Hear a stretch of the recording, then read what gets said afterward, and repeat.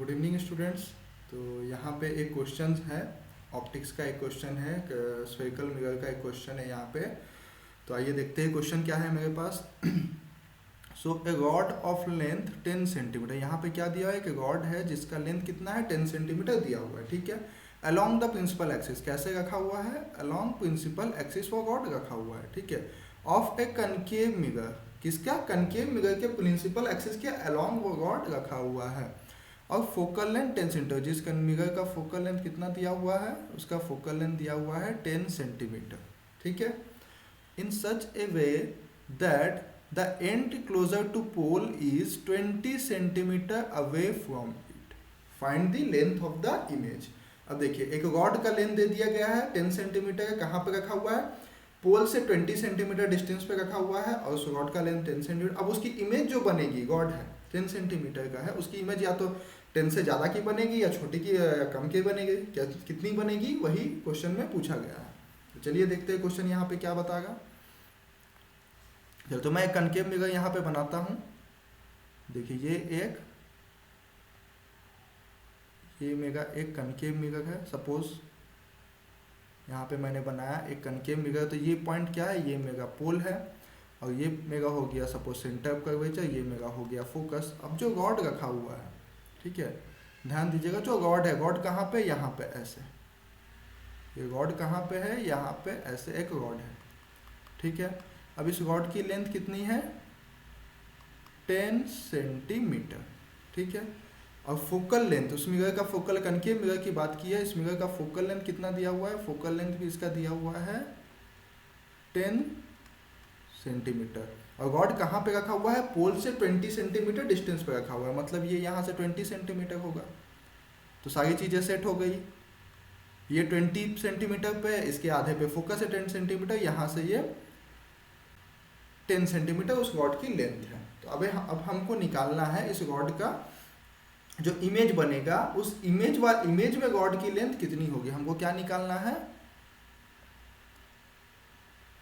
Image rod length, ये मुझे निकालना है यहाँ पे। तो आइए देखते हैं इसको कैसे निकालेंगे। तो हम लोग देखिए, इसको निकालने के लिए हम लोग एक चीज़ यूज़ कर, एक सोच सकते हैं, ऐसा सोच सकते हैं, तो हमको रॉड का लेंथ निकालना है। तो रॉड का लेंथ मतलब क्या, उसके दोनों एंड का बीच का डिस्टेंस, इसका एक एंड और दो एंड, अगर हम ये दोनों एंड को निकाल ले, वो दोनों एंड की इमेज कहाँ पे बन गई, या दोनों के बीच का डिस्टेंस अगर हम कैलकुलेट कर ले, तो मुझे मिल जाएगा उस रॉड का लेंथ कितना है। तो हम इसको ऐसे ट्रीट कर सकते हैं, यहाँ पे ध्यान दीजिए, इस वाले एंड को हम एज ए इमेज ट्रीट कर सकते हैं, और इस वाले एंड को भी एज ए इमेज ट्रीट कर सकते हैं। तो इसको नाम दे देते हैं ए, इसका नाम दे देते हैं बी, ठीक है। तो फॉर ए के लिए अगर हम बात करें, यहाँ पे अगर हम बात करें फॉर ए के लिए जो इमेज बनेगी, चलिए ठीक है। तो हमको मिरर का फॉर्मूला पता है, concave mirror converse 1/v is equal to 1 minute,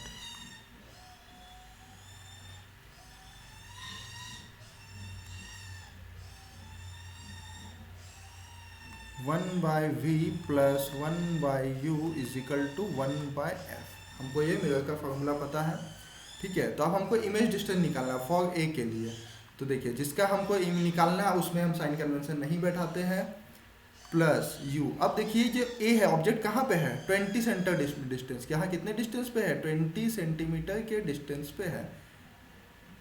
तो 1/20, अब ये किधर है, नेगेटिव साइड है, तो यहाँ पे हम क्या देंगे, -20। साइन कन्वेंशन हम यहाँ यूज़ करेंगे, बट जिसकी निकालना होता है उस पर हम साइन कन्वेंशन नहीं लगाते। मिरर की फोकल लेंथ कितनी है, 10 सेंटीमीटर है, कनकेव मिरर की फोकल लेंथ हमेशा नेगेटिव होती है, तो ये हो गई -10। चलिए, यहाँ तक क्लियर है। तो इसको अगर हम कैलकुलेट करें, इस टर्म को अगर हम कैलकुलेट करें, तो मेरे पास क्या आ जाएगा, 1/v is equal to 1/20 minus 1/10, कुछ ऐसा आएगा मेरे पास।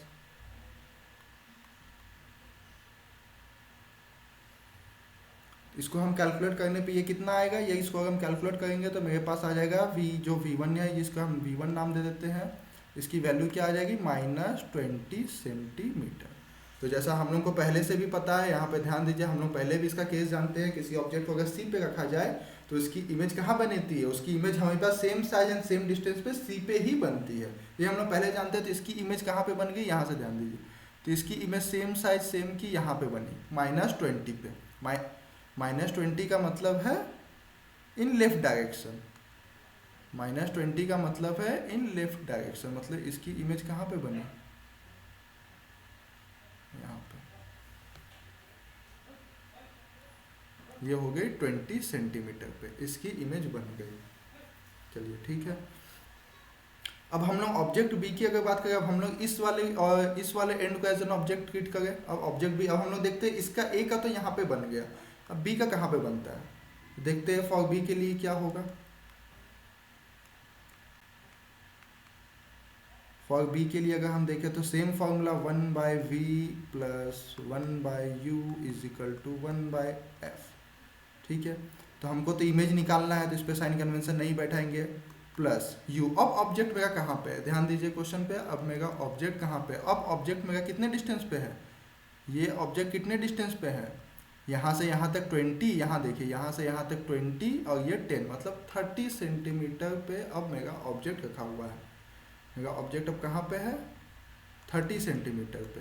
किधर है 30 सेंटीमीटर, नेगेटिव डायरेक्शन में है, तो 1/-30 होगा ये, इज इक्वल टू 1/-10। इसको अगर हम कैलकुलेट करें तो मेरे पास आ जाएगा 1/30 माइनस 1/10। इसको अगर हम कैलकुलेट करें, इसको कैलकुलेट करेंगे तो इसको हम V2 नाम दे सकते हैं। इस V2 इसकी वैल्यू क्या आ जाएगी, -15 सेंटीमीटर। इसको कैलकुलेट करने पे मेरे पास क्या आएगी, -15 सेंटीमीटर। तो यहाँ पे अब इमेज पे डायरेक्ट आ जाइए आप इमेज पे। अब इसकी इमेज कहाँ पे बनी, इसकी बनी यहाँ पे 20 पे, अब इसकी कहाँ पे बनी, -15 पे। कहाँ से, पोल से, माइनस मीन्स नेगेटिव डायरेक्शन। तो ये है मेगा 10, ये है मेगा 20, तो यहाँ इसके मिड पॉइंट पे कहीं बनी, यहाँ पे ये होगी -15 सेंटीमीटर, तो यहाँ बनी, ये हो गई मेरी इमेज। तो ये एंड है 20 पे, ये एंड है 15 पे, तो दोनों के बीच का डिस्टेंस कितना हो गया, यहाँ से हम यहाँ पे निकाल सकते हैं, दोनों के बीच का डिस्टेंस हो गया V1 माइनस V2। अगर हम देखें तो यहाँ से है मेरा 20 सेंटीमीटर -20, या हम इसको डायरेक्ट 20 ही लिखते हैं, 20 सेंटीमीटर माइनस यहाँ पे 15 सेंटीमीटर, क्योंकि ये डिस्टेंस है तो हम इसको ऐसे लिखते हैं। तो मेरे पास आ गया 5 सेंटीमीटर। ठीक है, तो ये मेरा कौन सा आंसर सही होगा। तो अब जो इमेज बनी उसकी लेंथ कितनी होगी, 5 सेंटीमीटर। जो इमेज बनी उसकी लेंथ कितनी होगी, 5 सेंटीमीटर। तो ये 5 सेंटीमीटर, ऑप्शन सी होगा मेरा करेक्ट आंसर। तो ये हो गया मेरा correct answer 5 centimetre. Thank you.